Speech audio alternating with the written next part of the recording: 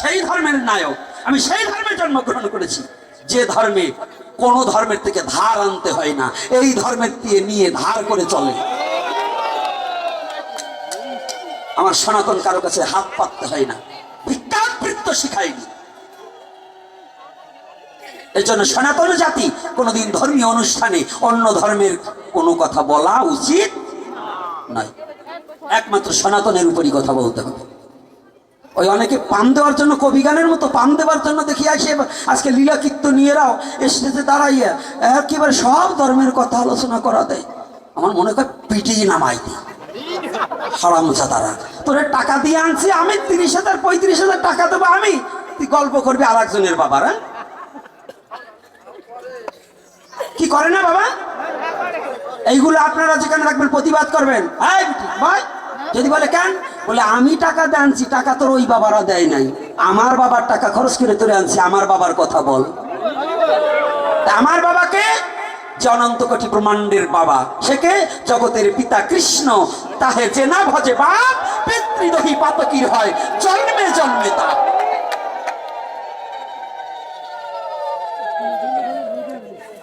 আমার আবার একটু চিল্লে চিল্লি বেশি হয়ে যায় না?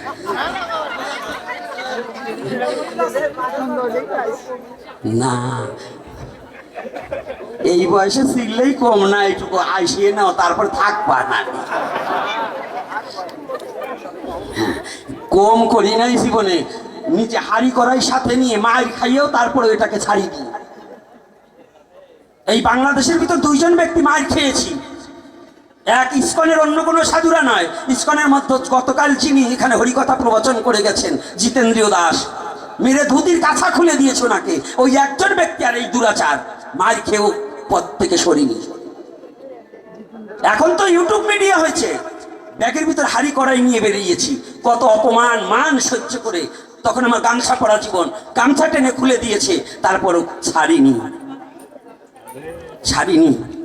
শুধু একটাই জীবনে চেয়েছি, প্রভু কোন দিন এই অবসান ঘটবে, আমার সনাতন জাতি কবে তোমাকে চিনতে পারবে।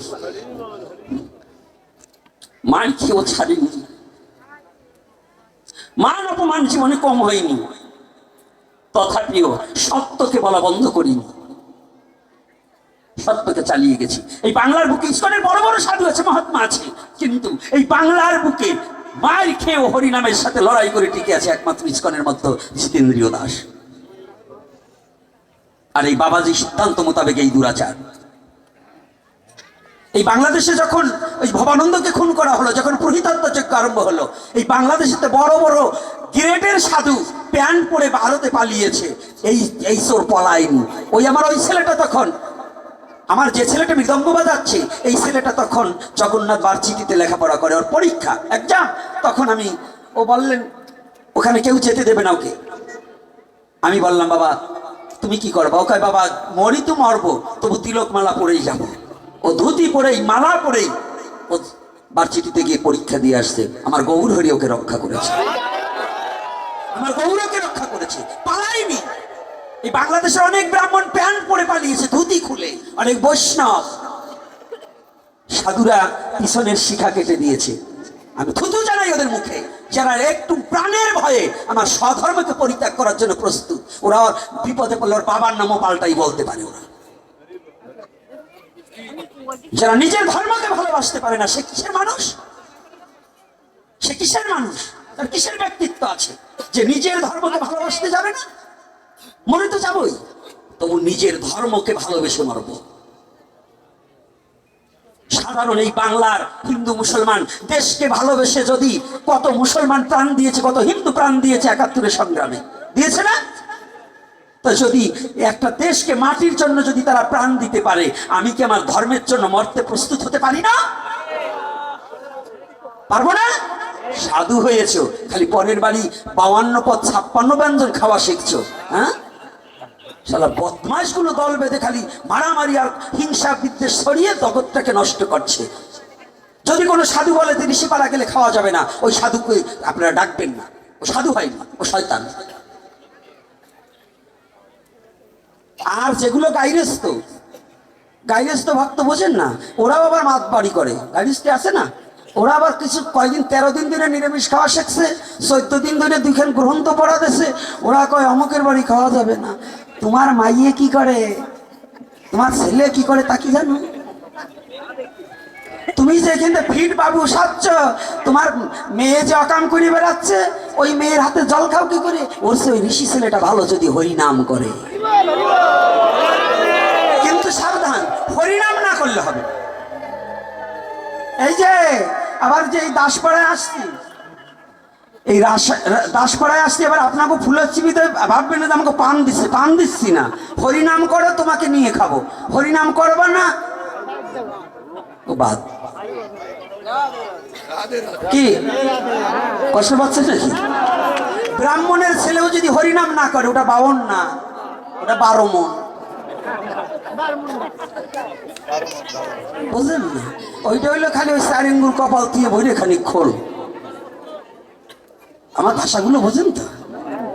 4 আঙ্গুল কপাল দিয়ে ভরে খানি খোল, বুঝলেন না? এই সাধুরে কিছু আছে। হ্যাঁ, একটু গল্প, রসের গল্প না করে যাবো না, তারপরে আবার এই জায়গায় আসবো। ওই এক জায়গায় নিমন্ত্রণ হয়েছে বৈষ্ণব ব্রাহ্মণদের। তো নিমন্ত্রণ হলি পরে 3 তলা বাড়ি। জমিদারের কয়তলা বাড়ি? তো এক ব্রাহ্মণ একেবারে পিছনে পড়ে গেছে, সবাই যাই উঠে গেছে, তো ওই ব্রাহ্মণ দৌড়িয়ে আইছে। এই পিছনে কারা? কমিটির লোক। ওই পিছনে কটের তারা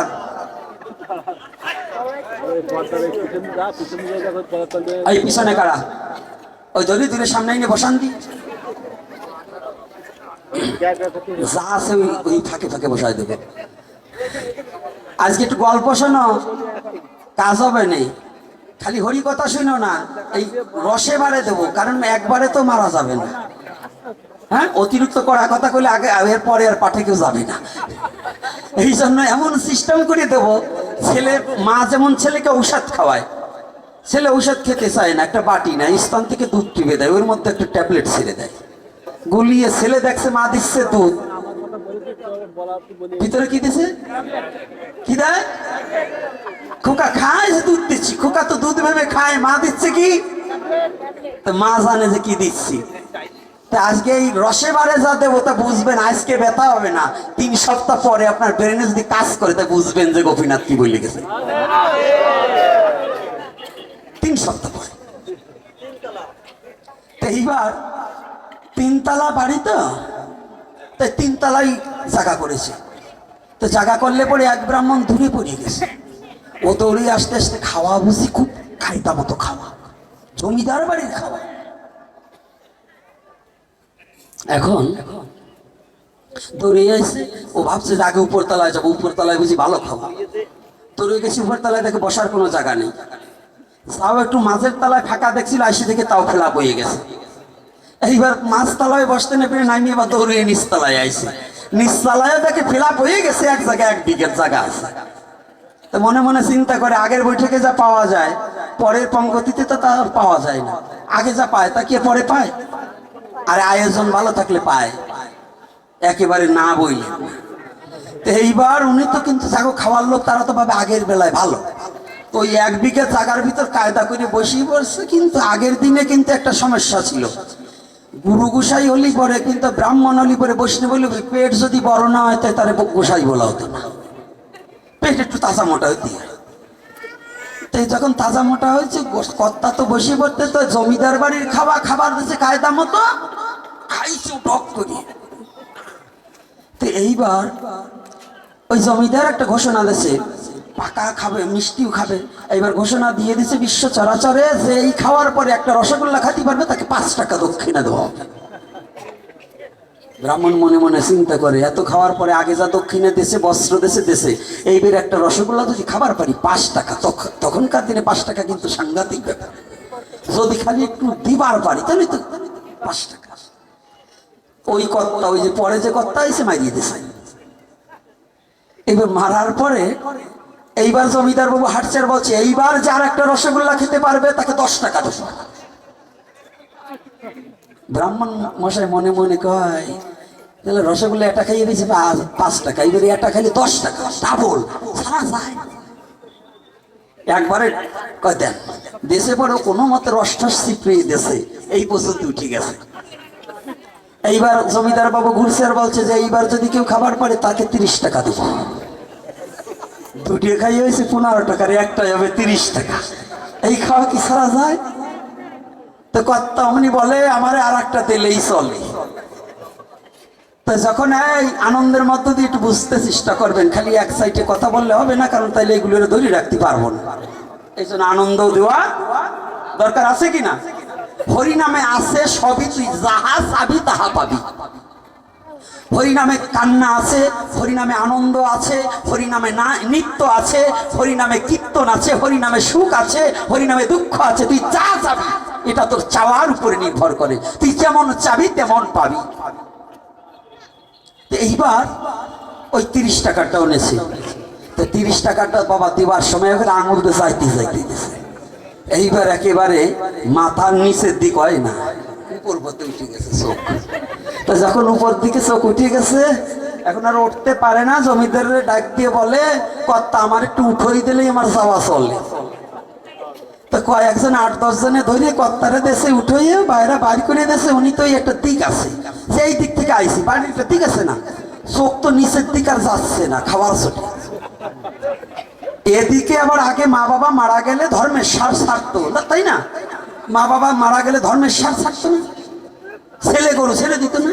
তো একজন আর একজন ছাড়িয়ে দিয়েছে, ওইটা বেশ বড় হয়েছে, প্রকাণ্ড হয়েছে। ওইটা ওই কর্তা যে পথে যাবে ওই পথের মাঝখানে শুয়ে রয়েছে। কর্তা যখন শুয়ে রয়েছে, ওই ব্রাহ্মণ কর্তা তো কিন্তু হাঁটা দিছে। তা হাঁটা দিল, ওর চোখ তো উপরের দিক, নিচে কি আছে দেখতে তো পাই না। তো ওইটা পায়ে বাইতে কর্তা শীত হয়ে পড়ে গেছে। তো যখন শীত হয়ে পড়ে গেছে, পড়িস তো পড়িস, মাটির উপরে পড়িস, হাত একখানা ওই ষাঁড় গরুর মানে আগে গরুর পেটের উপর পড়ছে। পেটের উপর পড়লে পরে পেট হাতায় আর ভাবে ও বুঝি উপরের তলায় খাইছে, আমি নিচ তলায় আমার কম দিয়েছে। এখন ওই হাত দেয় কয় দাদা তুমি কোন তলায় খাইছো, উপরের তলায় না মাঝের তলায়?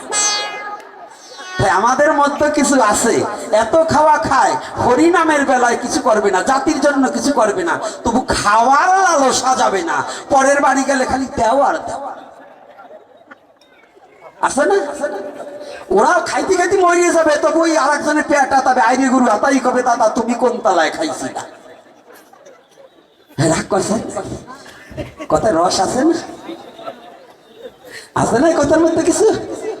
আমাদের সমাজে যেগুলো হিংসা নিন্দা পরিত্যাগ না করিয়ে শুধু বক দিয়ে বেড়ায় আর নিচে জম্বের খাওয়া খায়, ওদের খাওয়ার ওই যে ওই কর্তার খাওয়া একই হয়, এক হয় না? এইবার দেখুন পরিবিবেচনা, যেখানে ছিলাম সেখানে সনাতন ধর্ম ত্যাগ করলে এইবার বলছেন তো তাদের মহা, ওর সাথে আত্মীয়তাও রাখা যাবে না, ওর সাথে কোনো সম্পর্ক রাখা যাবে না যারা সনাতন ধর্ম ত্যাগ করে অন্য ধর্ম গ্রহণ করে।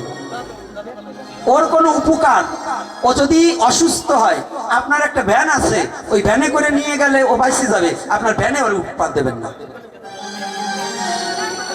ওর আপনার ভ্যানে ওরা উঠতে দেবেন না। কিন্তু যদি একজন মুসলমান, প্রকৃত মুসলমান, তার জন্মই মুসলমানের ঘরে, সে যদি বিপদে পড়ে আপনি কাঁধে করে নিয়ে যাবেন, তাতে আপনার পুণ্য হবে, এতে মহাপ্রভু সন্তুষ্ট হবে, এতে মহাপ্রভু আপনার প্রতি প্রসন্ন হবে, সন্তুষ্ট হবে। কিন্তু যারা ধর্মত্যাগী ব্যক্তি তাদেরকে কোনো উপকার করা যাবে, মনে থাকবে তো? এই যুবক পার্টি মনে থাকবে? কারা কারা মনে রাখবে একটু হাত তুলো তো দেখি, রাধে রাধে। মনে থাকবে না? আবার যেন ভুলে যাও না। গেছে এইবার।